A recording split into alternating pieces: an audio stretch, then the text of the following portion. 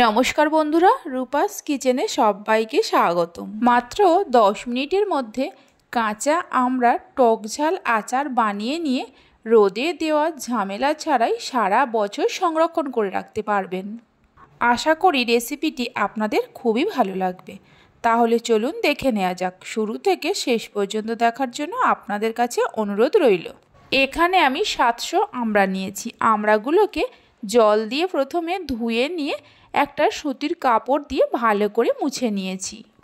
এবার আমড়ার মুখের দিকটা কেটে বাদ দিয়ে আমড়াগুলোকে 4 টুকরো করে কেটে নেব। আপনারা চাইলে 2 টুকরো করেও কাটতে পারেন। খেয়াল রাখতে হবে আমড়ার গায়ে কোনোভাবে জল না থাকে। আমড়ার গায়ে যদি জল থেকে যায় তাহলে আচারটা বেশি দিন ভালো থাকবে না।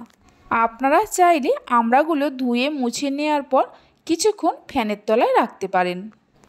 এখানে আমি আচারটা আমড়ার খোসা শুদ্ধ বানাচ্ছি। আপনারা চাইলে খোসা ছাড়িয়েও বানাতে পারেন। আমড়াগুলোকে কেটে নেওয়ার পর একটা প্লেটের মধ্যে ঢেলে নেব।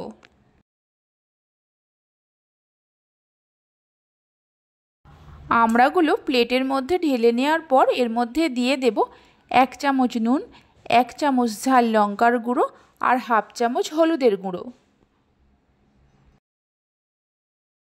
নুন, লঙ্কা, হলুদ দিয়ে আমড়াগুলোকে মিশিয়ে নেব।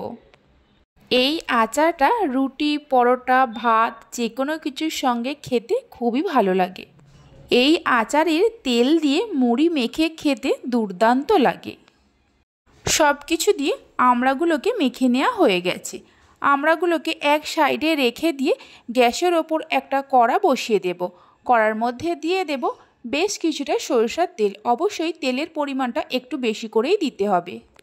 এই আচারটা ডুবো তেলে রাখতে হবে, তা না হলে আচারটা নষ্ট হয়ে যেতে পারে। তেল হালকা গরম হলে তেলের মধ্যে দিয়ে দেব 5-6টা শুকনো লঙ্কাকে ছোট ছোট করে কুচিয়ে নিয়ে। তেলের মধ্যে লঙ্কাগুলোকে মিশিয়ে নেওয়ার পর নুন, লঙ্কা, হলুদ মাখিয়ে রাখা আমড়াগুলো দিয়ে দেব। আমড়াগুলো তেলের মধ্যে দেওয়ার পর এর মধ্যে দিয়ে দেব হাফ চামচ বিট লবণ, হাফ চামচ চাট মশলা দিয়ে দেব আর অল্প একটু হিং দিয়ে দেব। হিংটা চাইলে আপনারা নাও দিতে পারেন। এর মধ্যে 1 বাটি কাসুন্দি দিয়ে দেব। কাসুন্দির পরিবর্তে আপনারা সর্ষেকে বেটে নিয়েও দিতে পারেন। সব কিছুকে মিশিয়ে নিয়ে গ্যাসের ফ্লেমটা হাইতে করে মিনিট 3-4 সময় ধরে রান্না করে নেব। এর থেকে বেশি রান্না করার প্রয়োজন নেই। এর থেকে বেশি সময় ধরে রান্না করলে আমড়াগুলো গলে যেতে পারে।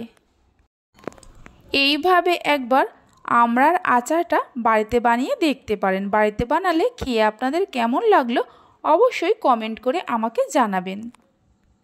হাই ফ্লেমে মিনিট 3-4 জাল দিয়ে নেওয়ার পর গ্যাসের ফ্লেমটা বন্ধ করে দেব। গ্যাসের ফ্লেমটা বন্ধ করে দেওয়ার পর এর মধ্যে দিয়ে দেব 3 চামচ ভিনিগার। ভিনিগারের পরিবর্তে আপনারা পাতিলেবুর রসও ব্যবহার করতে পারেন।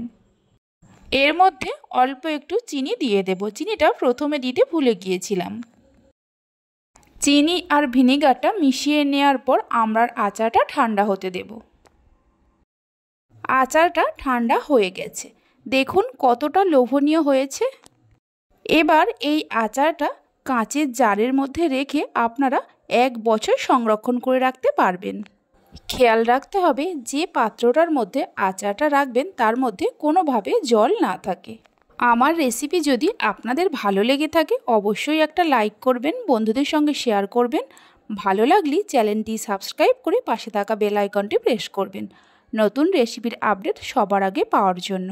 তাহলে চলুন ভিডিওটা আমি এখানেই শেষ করছি। আপনারা সবাই ভালো থাকবেন, সুস্থ থাকবেন। ধন্যবাদ।